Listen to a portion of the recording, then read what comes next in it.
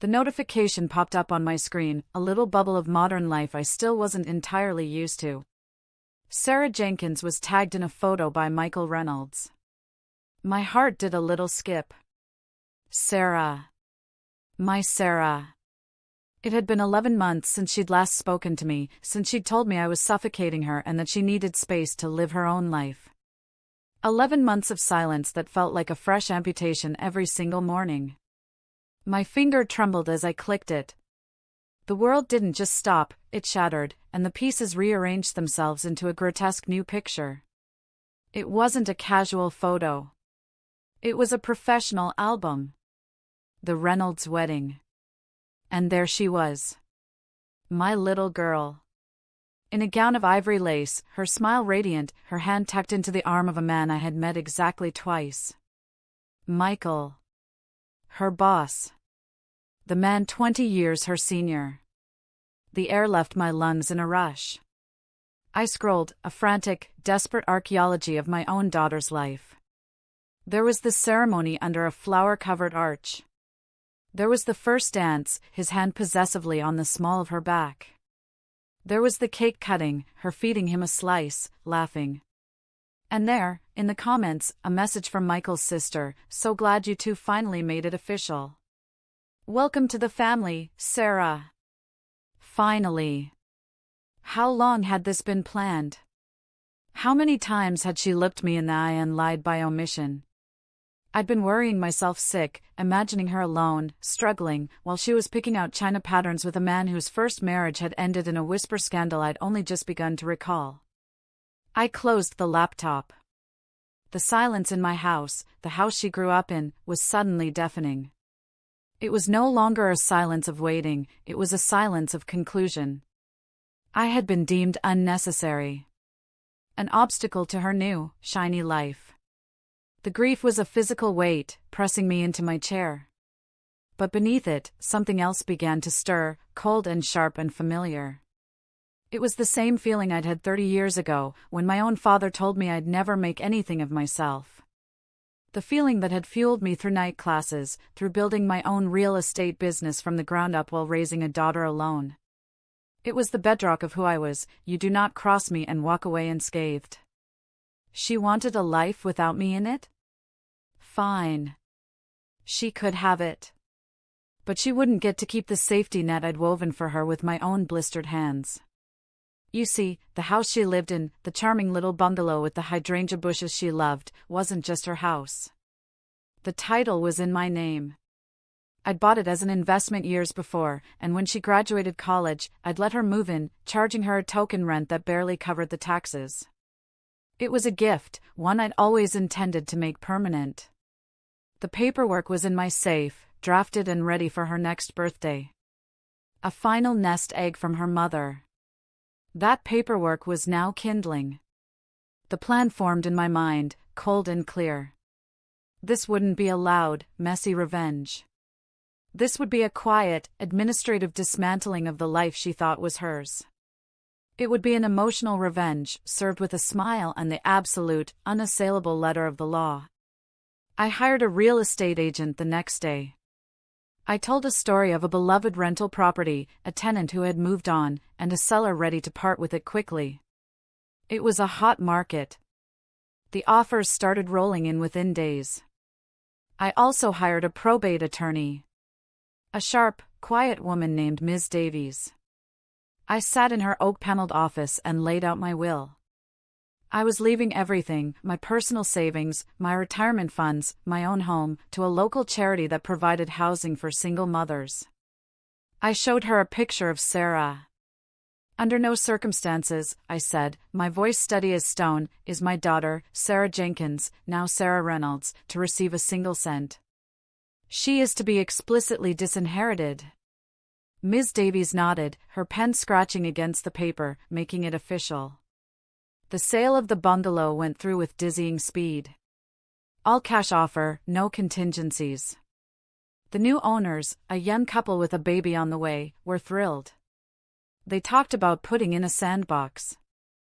The day the eviction notice would have arrived at the bungalow, I was sitting in my living room, waiting. My phone rang. It was her. The name My Sarah flashed on the screen, a relic of a bygone era. I let it go to voicemail. She called again. And again. Then, my personal cell rang. A number I didn't recognize, but I knew. It was Michael. I picked up. Hello? Lydia. His voice was tight, controlled, but I could hear the fury simmering beneath. What is going on? We just got a call from some new people saying they've bought the house and we have 30 days to vacate. There must be some mistake. No mistake, Michael, I said, my voice pleasant, as if discussing the weather. I sold it. A beat of stunned silence. Then, Sarah's voice, shrill and panicked, came on the line. Mom? Mom, what are you talking about? You sold my house? How could you do that? My house, Sarah, I corrected gently. The deed has always been in my name. You were a tenant. And as the owner, I decided to liquidate the asset. But, my things. My home. You can't just. I can, and I did, I interrupted, my tone losing its pleasantry, becoming as cold as the feeling in my chest. It's already done. The new owners are very nice. They're excited to start their family there. Why? The word was a sob. Why are you doing this? Is this because of the wedding? Mom, I was going to tell you. It all happened so fast, we just wanted. You wanted to exclude me, I finished for her. You stood in a white dress and vowed your life to a man in front of strangers, and you didn't think your own mother deserved an invitation. You didn't think I deserved to know. You made it abundantly clear that I am not part of your family. So, I am simply respecting your wishes. You have your new life, Sarah. You have your new family. You don't need anything from me anymore. You're insane, she screamed. You're a bitter, lonely old woman. I hate you. The words should have felt like a knife to the heart. Instead, they felt like a confirmation. I had seen the real her, and now she was showing it to me again. The feeling is now mutual, dear, I said quietly. You have 30 days. I'd start packing. I hung up. The fallout was swift. She and Michael had to scramble to find an apartment in a tight rental market, draining their savings on deposits and first and last month's rent. I heard this through the brittle, gossamer threads of mutual acquaintances who were too shocked to pick a side. I knew they were struggling. Michael's business was going through a rough patch, and Sarah's entry-level salary wasn't meant to support a lifestyle. The financial cushion I had provided was gone. A month later, a formal letter arrived from a lawyer. Their lawyer. It threatened a lawsuit for wrongful eviction and emotional distress. I forwarded it directly to Ms. Davies. Her response was a masterpiece of legal precision that essentially said, "Try it." They had no case, and they knew it. The silence that followed was more satisfying than any apology. The final act came a year later. I had a minor health scare. It was nothing serious, but it was enough. Ms. Davies, following my instructions, sent Sarah a copy of my updated will. The one that left her nothing. This time, she came to my house. She stood on my porch, looking thinner, older. The newlywed glow was long gone. Mom, please, she said, the anger replaced by a hollowed-out desperation. The will, you're leaving everything to strangers?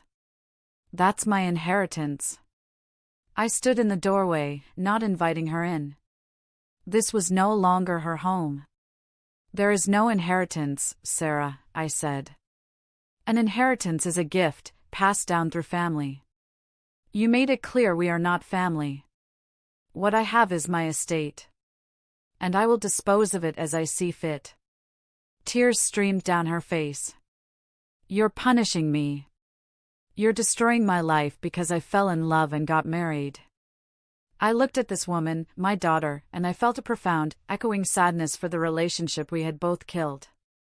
But the cold, hard core within me did not melt. "No, Sarah," I said, my voice barely a whisper. "I'm not punishing you. I'm simply setting you free. You said you didn't want me in your life. I'm honoring that. Completely and utterly. You have the life you chose. Now, you get to live it. All of it. Without my house. Without my money. Without me." I closed the door. I didn't slam it. I closed it softly, firmly, with a finality that echoed through the quiet house.